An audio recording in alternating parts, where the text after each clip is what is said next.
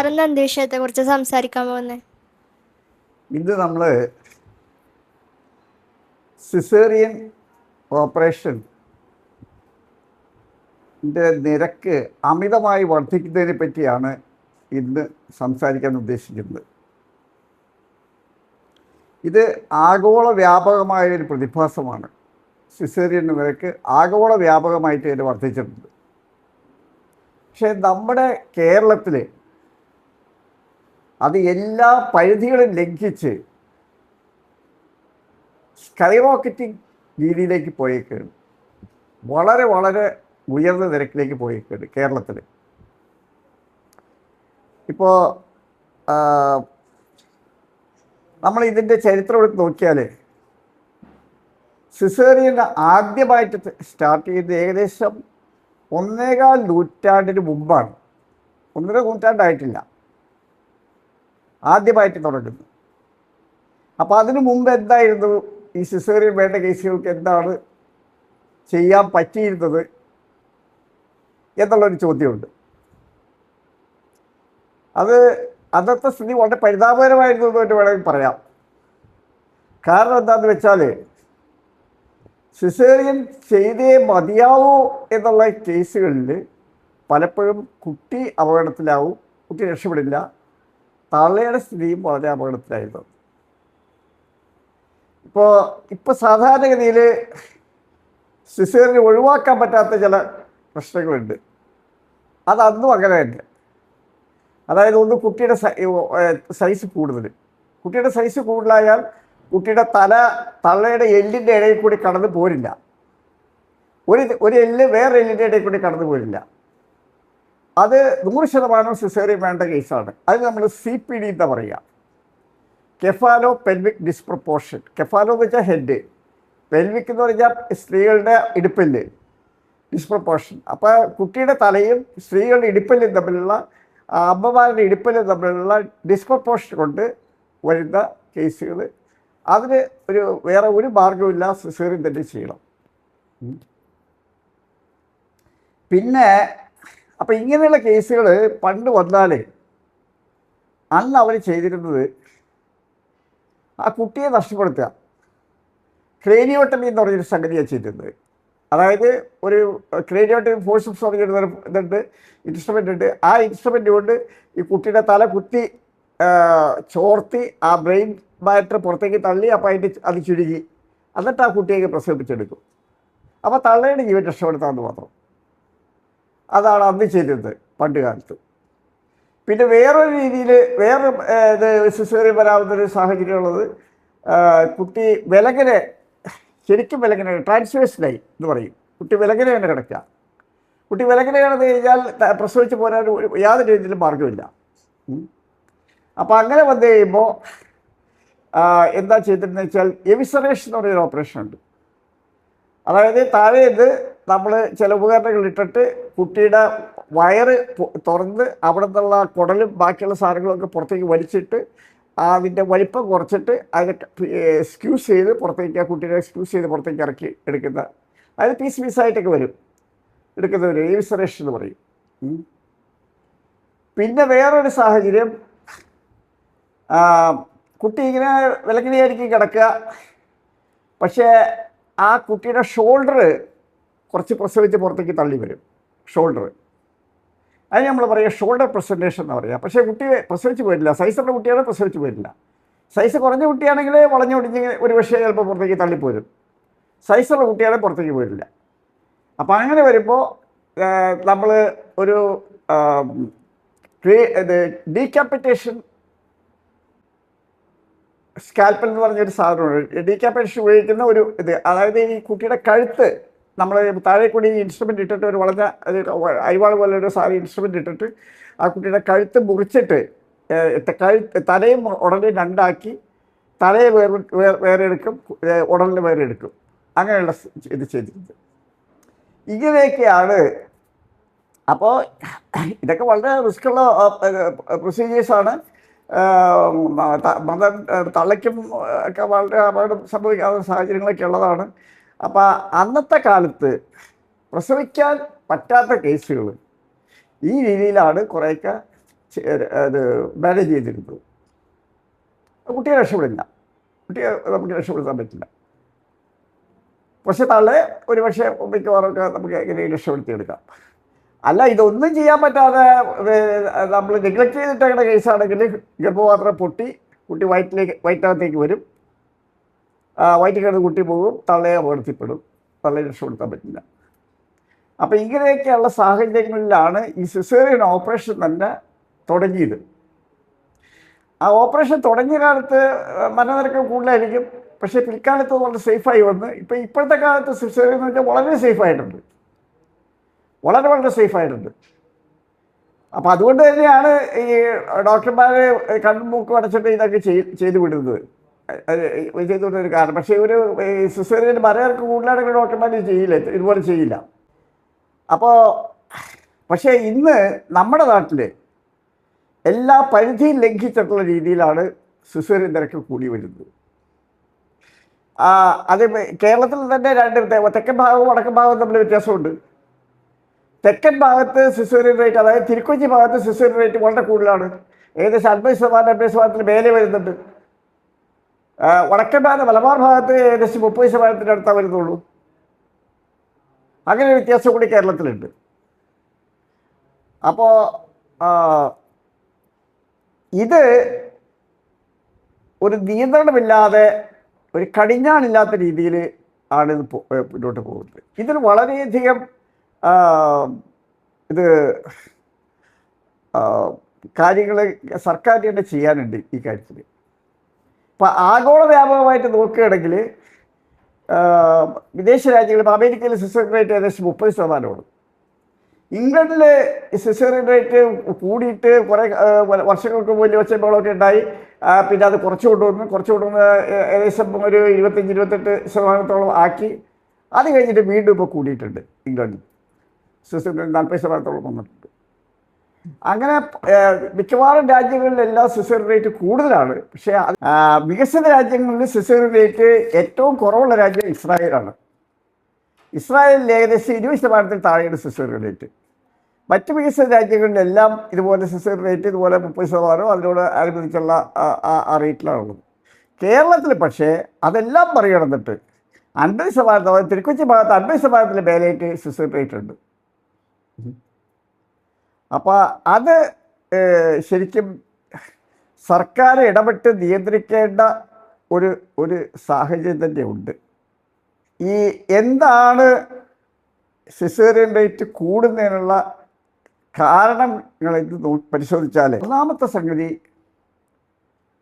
ഡോക്ടർമാരുടെ വൈദഗ്ധ്യക്കുറവാണ്. ഒരു ഡെലിവറി എടുക്കണമെങ്കിൽ അത്യാവശ്യം നല്ല പരിചയസമ്പത്തുള്ള ഡോക്ടർമാരാണെങ്കിൽ അത് വിജയകരമായിട്ട് കുഴപ്പമൊന്നുമില്ല, തള്ളയ്ക്ക് കുട്ടിക്ക് കുഴപ്പമൊന്നുമില്ലാത്ത രീതിയിൽ എടുക്കും. പക്ഷെ വൈദഗ്ധ്യം കുറയുന്നതനുസരിച്ച് ആ ഡെലിവറി എടുക്കാനായിട്ട് കഴിയാതെ വരും. അതിനുള്ള ഒരു കാരണം, ഇപ്പം നിങ്ങൾ ഏത് സംഗതിയും നിങ്ങൾക്ക് വൈദഗ്ധ്യം കിട്ടിയാൽ നിങ്ങളുടെ പരിചയം കൊണ്ടാണ്. അപ്പം നിങ്ങൾ ബുദ്ധിമുട്ടുള്ള പ്രസവങ്ങൾ കൈകാര്യം ചെയ്ത് നിങ്ങൾക്ക് പരിചയമില്ലെങ്കിൽ നിങ്ങൾക്ക് സ്വാഭാവികമായിട്ട് സിസേറിയൻ റേറ്റ് കൂടും. അപ്പോൾ നമുക്ക് ബുദ്ധിമുട്ടുള്ള പ്രസവങ്ങൾ എടുത്ത് നമുക്ക് പരിചയം വന്നാൽ നമുക്ക് സിസേറിയൻ റേറ്റ് കുറയ്ക്കാൻ പറ്റും. അപ്പോൾ ആ പരിചയസമ്പത്തിൻ്റെ കുറവ്, വൈദഗ്ധ്യത്തിൻ്റെ കുറവാണ് സിസേറിയൻ റേറ്റ് കൂടുതലുള്ള പ്രധാന കാരണം. പിന്നെ രണ്ടാമത്തെ ഒരു കാരണം, പല ഡോക്ടർമാരും ഇത് ചെയ്ത് പഠിക്കാൻ രീതിയിൽ ഇത് ചെയ്യുന്നുണ്ട്. പിന്നാളൊരു ഡോക്ടർ നമ്മുടെ ഈ ആശുപത്രിയിൽ ജോയിൻ ചെയ്യാൻ വന്നതാണ്, ഒരു ഗൈനക്കോളജിസ്റ്റ്. അപ്പോൾ ആ ഗൈനക്കോളജിസ്റ്റ് പറഞ്ഞു, സാറേ എനിക്ക് കുറേ സിസേറിയൻ ചെയ്യണമെന്ന് പറഞ്ഞു. ഞാൻ പറഞ്ഞു അതാണ് ഇവിടെ ഏറ്റവും ഇല്ലാത്തതെന്ന് പറഞ്ഞു. അവർ പിന്നെ ആ ഡോക്ടർ ഇവിടുന്ന് പോയി. അപ്പോൾ ചെയ്ത് പഠിക്കാൻ വേണ്ടിയിട്ട് വരുന്ന ഒരു വിഭാഗമുണ്ട്, പഠിക്കാൻ വേണ്ടിയിട്ട് ചെയ്യുന്നൊരു വിഭാഗമുണ്ട്. അതപ്പോൾ പേഷ്യൻ്റ് ഗിരിപ്പിക്കാക്കാണ്, ഒരു പരീക്ഷണ വസ്തുവാക്കാണ് പേഷ്യൻ്റ്. അത് ശരിയല്ല, അത് മോറലി നമുക്കത് ജസ്റ്റിഫൈ ചെയ്യാൻ പറ്റില്ല. അപ്പോൾ പക്ഷെ അതിലുള്ള വേറെ പ്രശ്നം എന്ന് വെച്ച് കഴിഞ്ഞാൽ, ഇങ്ങനെയുള്ള ആളുകൾ സിസേറിയൻ ചെയ്ത് പഠിക്കാൻ ശ്രമിക്കുന്ന ആളുകൾ 1000 സിസേറിയൻ ചെയ്താൽ അവർ ശരിക്കും പഠിക്കില്ല. സിസേറിയൻ എന്ന് പറഞ്ഞാൽ വളരെ ലളിതമായ ഒരു ഓപ്പറേഷനാണ്. അപ്പോൾ സിമ്പിളായിട്ട് സംഗതിയാണ്.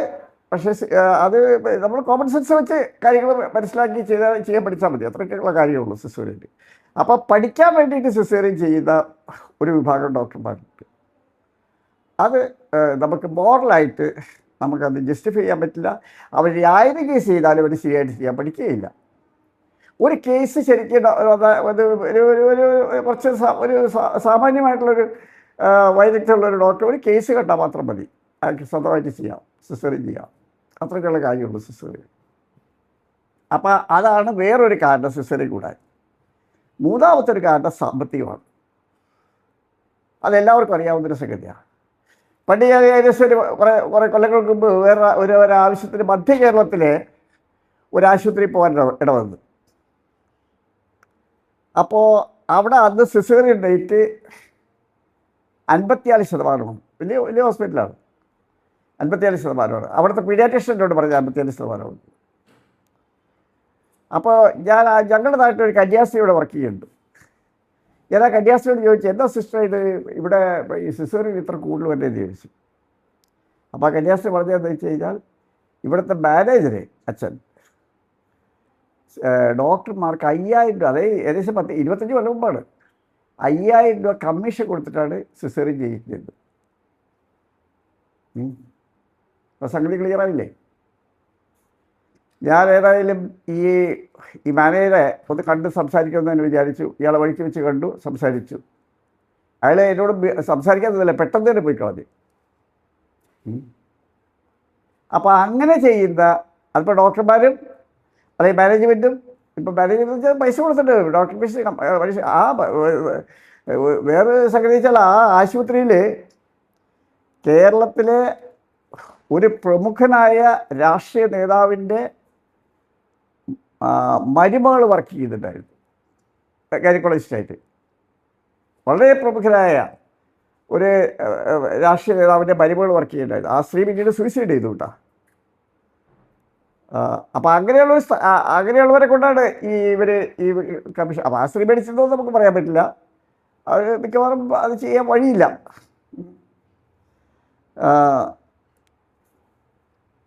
അപ്പം അങ്ങനെ സാമ്പത്തിക ലക്ഷ്യം മുൻനിർത്തിയിട്ട് ചെയ്യുന്നത് അത് നമുക്ക് ഒരിക്കലും മോറലി ജസ്റ്റിഫൈ ചെയ്യാൻ പറ്റില്ല. നിങ്ങൾക്ക് ഫീസ് കൂടുതൽ പൈസ വേണോ? നിങ്ങൾ ഡെലിവറി എടുത്തിട്ട് പേഷ്യൻ്റെ ബില്ല് കൂടുതലിട്. എന്തിന് പേഷ്യൻ്റ് അനാവശ്യമായിട്ട് സിസേറിയൻ ചെയ്തിട്ട് ബില്ല് കൂടുതലിടണം? നിങ്ങൾ ഡെലിവറിക്ക് 10,000 രൂപയുടെ ചാർജ് 20,000 രൂപ മേടിക്കേ, അല്ല 30,000 രൂപ മേടിക്കേ. ഡെലിവറിക്ക് 1,50,000 രൂപ വരെ മേടിക്കുന്ന ഹോസ്പിറ്റൽ കേരളത്തിലുണ്ട്. ഒരു കാര്യം ഒരു ഇതുമില്ല. വെറുതെ നഴ്സുമാരെടുക്കുന്ന ഇതാണ്. അത് ഏതെങ്കിലും ഡോക്ടർ കൂടുതൽ എന്തെങ്കിലും കാണിച്ച് എടുത്തിട്ട് 1,50,000 രൂപ വരെ മേടിക്കുന്ന ആശുപത്രികൾ കേരളത്തിലുണ്ട് ഡെലിവറിക്ക്. ഇഷ്ടംപോലെ, ഒന്നല്ല പല ഹോസ്പിറ്റൽസും ഉണ്ട്. അപ്പോൾ നിങ്ങൾ ഡെലിവറി എടുത്തിട്ട് പേഷ്യൻ്റ് കൂടുതൽ ബില്ല് മേടിക്കുക. എന്തിനാവശ്യമില്ല സിസേറിയൻ ചെയ്ത് പൈസ മേടിക്കണത്? അപ്പോൾ അത് വേറൊരു കാരണമാണ്. പിന്നെ ചില പേഷ്യൻസ് തന്നെ ആവശ്യപ്പെടും സിസേറിയൻ ചെയ്യാൻ. സിസേറിയൻ ചെയ്യാൻ ആവശ്യം സിസേറിയൻ മതി ഡോക്ടർ. അതിന് നമ്മൾ വഴങ്ങുന്നത് ശരിയല്ല. ഇപ്പം എൻ്റെ അടുത്തൊക്കെയാണ് ഒരു പേഷ്യൻ്റ് ആവശ്യപ്പെടുന്നത്, നിങ്ങൾ വേറെ ആവശ്യത്തിൽ പോയിക്കോളാൻ പറയുന്നത്.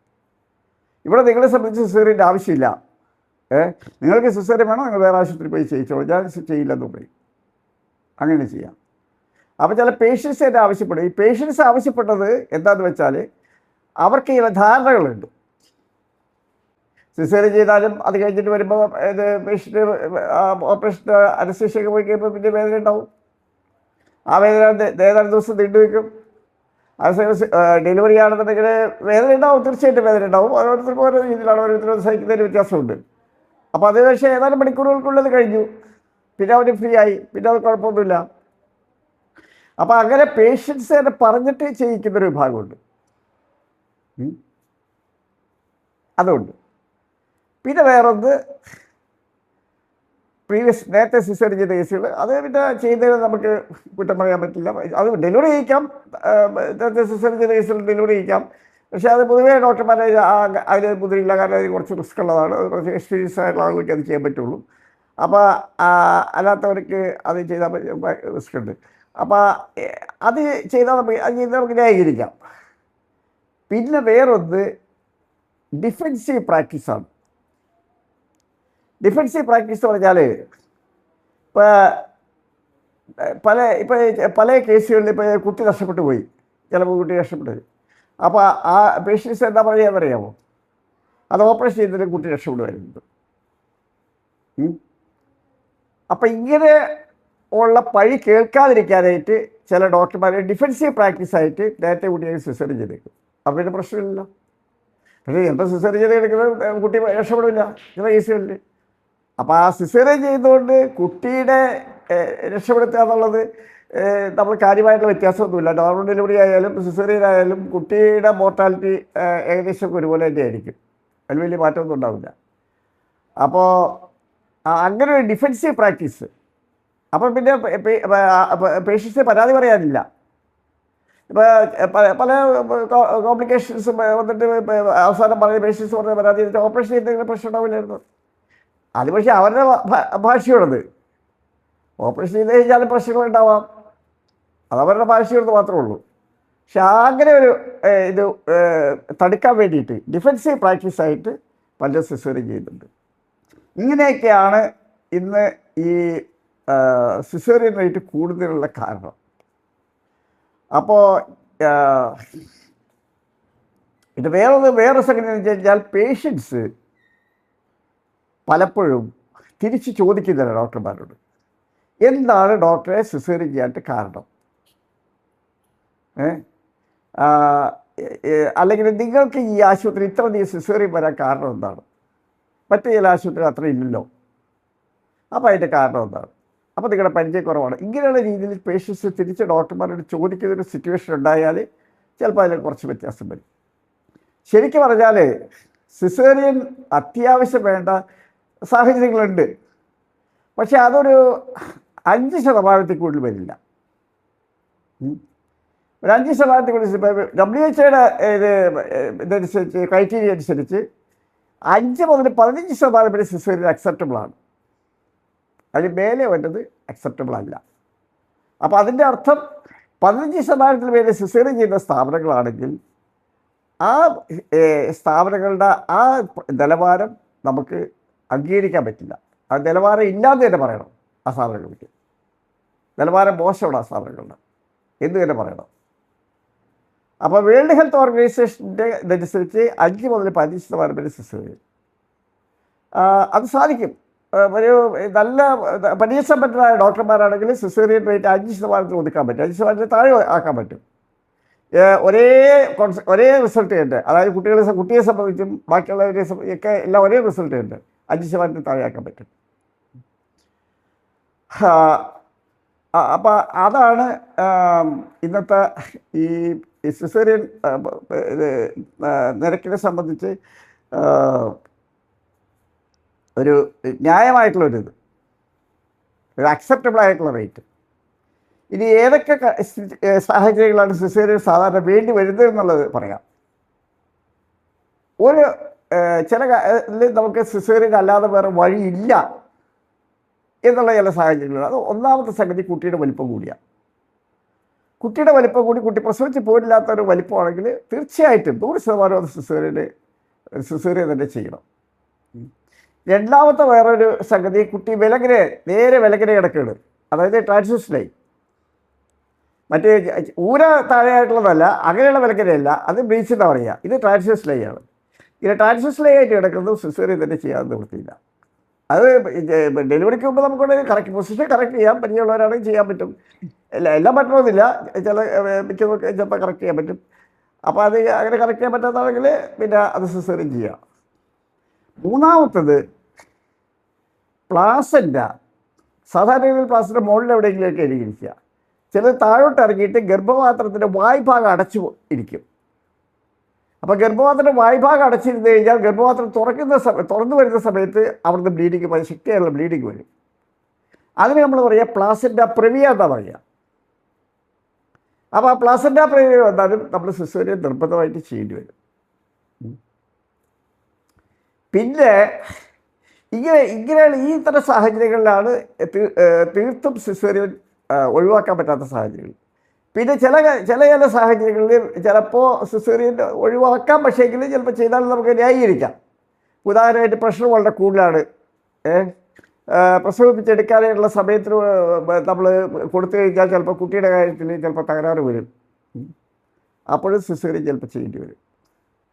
അല്ലെങ്കിൽ നമ്മൾ ഡോപ്ലർ ചെയ്യുമ്പോൾ കുട്ടിയുടെ രക്തോട്ടം വളരെ കുറവാണെന്ന് കാണും, അല്ലെങ്കിൽ കുട്ടിയുടെ ഹാർട്ട് ബീറ്റ് കുറയുന്നുണ്ട്. അങ്ങനെയൊക്കെ കാണുകയാണെങ്കിൽ സിസേറിയൻ ചെയ്യേണ്ടി വരും. പിന്നെ ഇപ്പോൾ നമ്മളിപ്പോൾ ഡെലിവറിക്ക് കിടത്തിക്കുന്ന പേഷ്യൻ്റ് കുട്ടിയുടെ ഹാർട്ട് ബീറ്റ് കുറഞ്ഞു വരികയാണ്, അപ്പോഴും ചിലപ്പോൾ സിസേറിയൻ ചെയ്യേണ്ടി വരും. പിന്നെ ചില അവസരങ്ങളിൽ കുട്ടി തീരെ വെയിറ്റ് കുറവാണ്, വെള്ളം തീരെ കുറവാണ്, നമ്മൾ ഒരു നോർമൽ ഡെലിവറിയിലേക്ക് വിട്ട് കഴിഞ്ഞാൽ ചിലപ്പോൾ ആ കുട്ടിക്കത് പിടിച്ചു നിൽക്കാനായിട്ടുള്ള കരുത്തുണ്ടാവില്ല. അങ്ങനെ തോന്നുകയാണെങ്കിലും നമുക്കവിടെ സിസേറിയൻ ചെയ്യാം. പിന്നെ ധാരാളമായിട്ട് ചെയ്യപ്പെടുന്ന ഒരു ഇതെന്ന് വെച്ച് കഴിഞ്ഞാൽ ഗർഭപാത്രം തുറന്നില്ലാത്തൊരു പ്രശ്നമാണ്. ഗർഭപാത്രം തുറക്കണില്ല എന്നുള്ള പ്രശ്നം.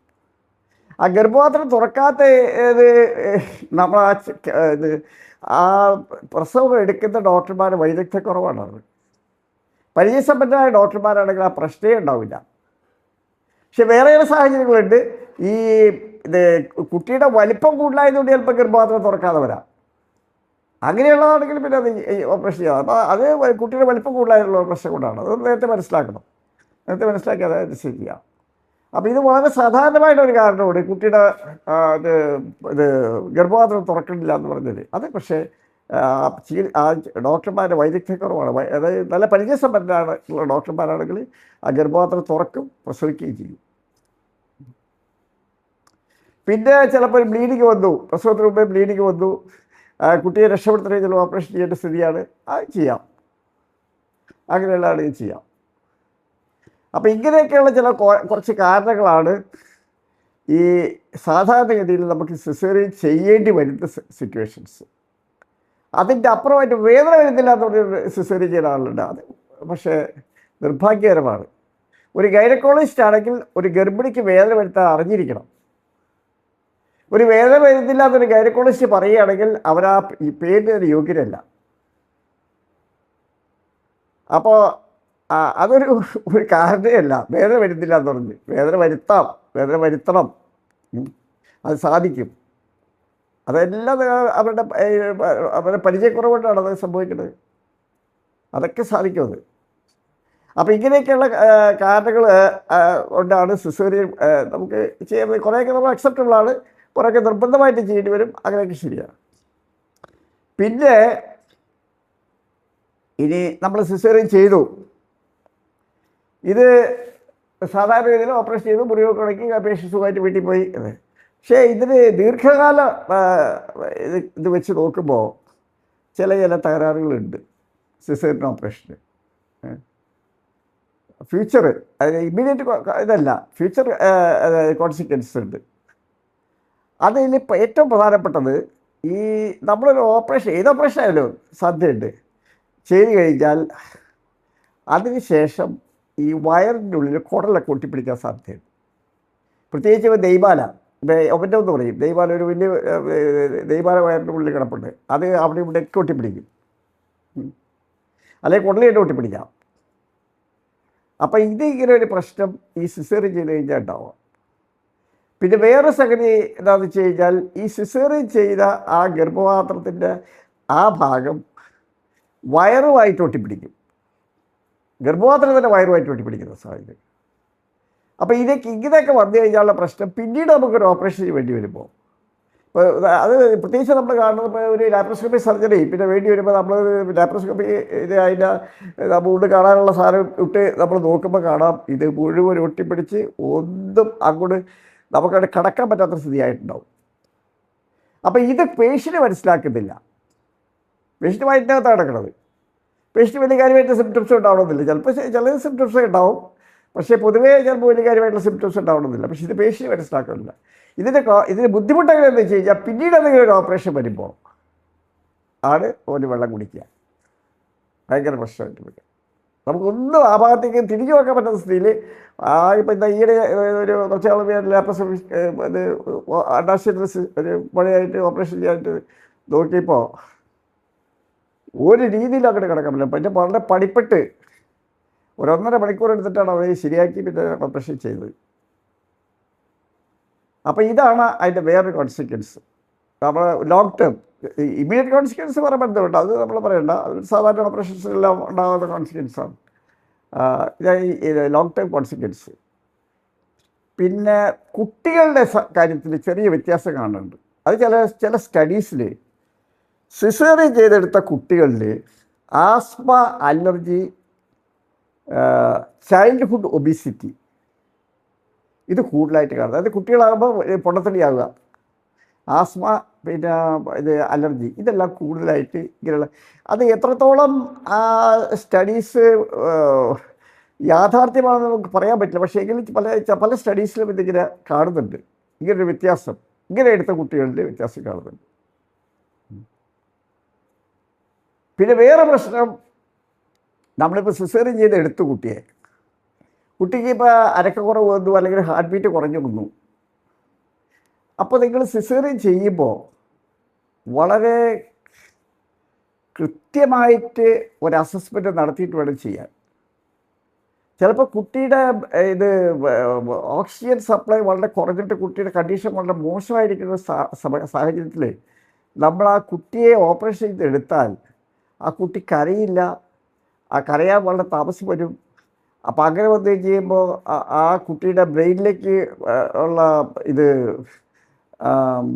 ഓക്സിജൻ ഇല്ലാതെ വരും. അങ്ങനെ വന്നു കഴിഞ്ഞാൽ ആ കുട്ടി ലൈഫ് ലോങ് ആയിട്ട് ഒരു ഹാൻഡിക്യാപ്ഡായിട്ടുള്ള കുട്ടിയായിട്ട് മാറും. അങ്ങനെ പല കേസുകളുമുണ്ട്. അപ്പോൾ അങ്ങനെ നമ്മൾക്ക് ഒരു ഉറപ്പില്ലാത്തൊരു കേസാണെങ്കിൽ ആ കേസ് ഓപ്പറേഷൻ ചെയ്യാതെ വിടുക, തനിയെ പ്രസവിക്കട്ടെ, കുട്ടി പോണെങ്കിൽ പോട്ടെ, ജീവിക്കട്ടെ എന്ന് വയ്ക്കുക. അല്ലാതെ നമ്മൾ കുട്ടികളെ ഓപ്പറേഷൻ ചെയ്തിട്ട് ഒരു ഹാൻഡിക്യാപ്ഡായിട്ടുള്ള കുട്ടിയെ എടുത്തിട്ട് കൊടുക്കുന്നത് അത് വളരെ മോശമാണ്.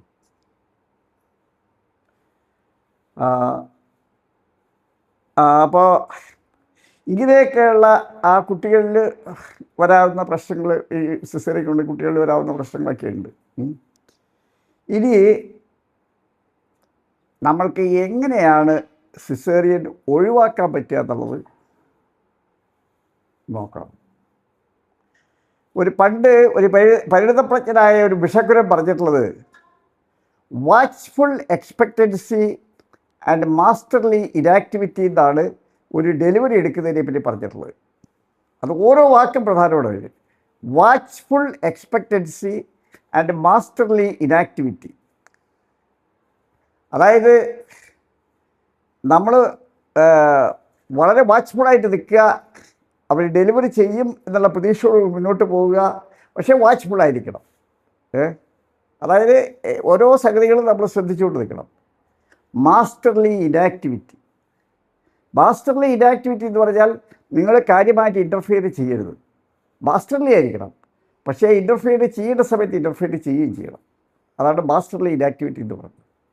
അപ്പോൾ അങ്ങനെ, അതായത് നമ്മൾ പ്രകൃതിക്ക്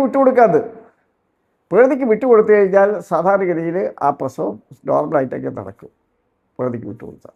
പക്ഷേ അതിന് വളരെ വ്യക്തമായി, വളരെ ഓരോ വാക്കും പ്രാധാന്യമുണ്ട്. വാച്ച്ഫുൾ എക്സ്പെക്റ്റൻസി, നമ്മൾ വളരെ ക്ലോസ് ആയിട്ട് വാച്ച് ചെയ്തിരിക്കണം. എന്തെങ്കിലും ചെറിയ മാറ്റങ്ങളുണ്ടെങ്കിൽ അത് നമ്മൾ ഒബ്സർവ് ചെയ്യണം. അതിനനുസരിച്ച് പിന്നെ മാസ്റ്റർലി ആയിരിക്കണം ഇനാക്ടിവിറ്റി. ആവശ്യം വരികയാണെങ്കിൽ നമ്മൾ അപ്പം തന്നെ അത് ആക്ട് ചെയ്യണം. അതാണ് ഒരു ഡെലിവറി എടുക്കുന്നതിനുള്ള ഡിക്റ്റം. ഇത് ഡോക്ടർമാരുടെ ഭാഗത്തുനിന്നുള്ളത്. പേഷ്യൻസിൻ്റെ ഭാഗത്തുനിന്ന് ചെയ്യാവുന്നത്, ഇപ്പോൾ ഞാൻ കണ്ടിട്ടുണ്ട് പല ഡോക്ടർമാരും പേഷ്യൻ്റോട് അരങ്ങരുത്, കിടക്കണം, ബെഡ് റെസ്റ്റാണ്, അങ്ങനെ എന്ന് പറഞ്ഞിട്ട് പിടിച്ച് കിടത്തുക. ഒരു കാരണം ഉണ്ടാവില്ല. ഈ പേഷ്യന്റുമാർ വേദനയായിട്ട്, എൻ്റെ വയറിനെന്തെങ്കിലും വേദനയായിട്ട് വയറ്റിലെ വേദനയ്ക്ക് വല്ല കാരണം വേറെ ഉണ്ടാവും. അപ്പോൾ ഇതെല്ലാം മാസത്തെയാണ് പ്രസവിക്കാനുള്ള വേദനയാണെന്ന് ഡോക്ടർക്ക് ധരിക്കുകയാണ്. അങ്ങനെ ഡോക്ടർ ധരിച്ചിട്ട് പേഷ്യൻ്റ് അനക്കാതെ കിടക്കുക, കാല് പൊക്കി വെച്ച് കിടക്കുക, വാല് പൊക്കി വെച്ച് കിടക്കുക, അങ്ങനെ പൊക്കി വെച്ച് താഴ്ത്തി വെച്ച് അങ്ങനെ കിടക്കുക, അങ്ങനെയൊക്കെ പറഞ്ഞിട്ട് ഈറ്റുകൾ വിടും. ഈറ്റുകൾ 10 മാസം കാല് പൊക്കി വെച്ച് ഇങ്ങനെ കിടക്കും, അനക്കാതെ കിടക്കും. അപ്പോൾ ലാസ്റ്റ് വന്നു കഴിയുമ്പോൾ എന്താണ്, ഇവർക്ക് ഈ പ്രശ്നമൊന്നും ആയിരിക്കില്ല. ഇവർക്ക് വേദന വരാനുള്ള കാരണം വേറെ വലുതായിരിക്കും.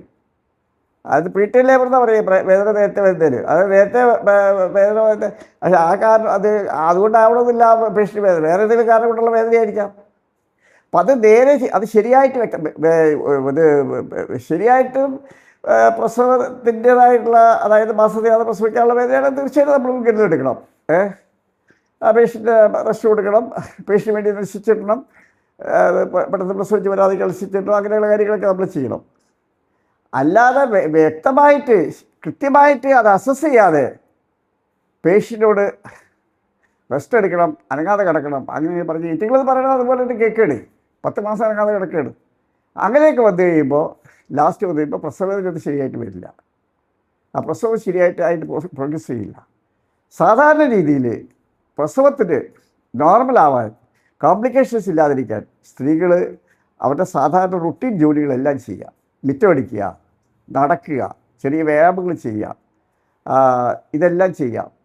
മറ്റ് കോംപ്ലിക്കേഷൻസ് ഇല്ലെങ്കിൽ എല്ലാം ചെയ്യാം. അപ്പം അങ്ങനെയൊക്കെ ചെയ്യുകയാണെങ്കിൽ നോർമലായിട്ടുള്ള അതിൻ്റെ ആ സമയത്തിൻ്റെ തന്നെ പ്രസവം നടക്കും.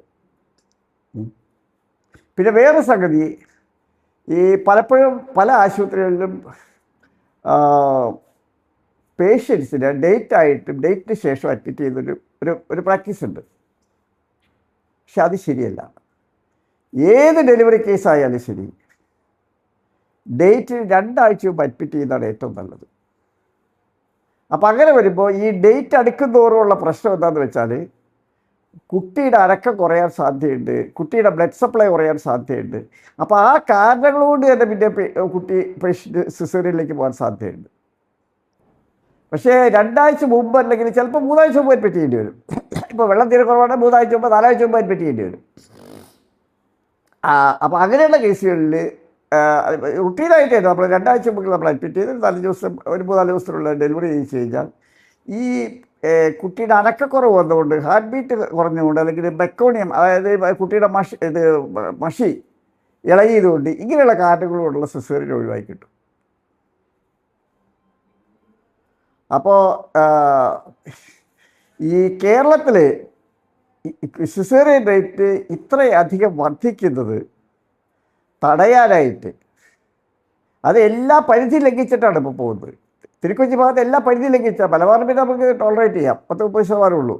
മറ്റേ 50% മേലെയാണ്. അപ്പോൾ അതിൻ്റെ ഫിനാൻഷ്യൽ ബർഡൻ തന്നെ ഓർക്കണം. ഏകദേശം 1.25 ലക്ഷം സിസേറിയനാണ് കേരളത്തിൽ ഒരു കൊല്ലം നടക്കുന്നത്. 1.25 ലക്ഷം സിസേറിയൻ എന്ന് പറയുമ്പോൾ ഏകദേശം 600 കോടി രൂപയാണ് വരുന്നത്.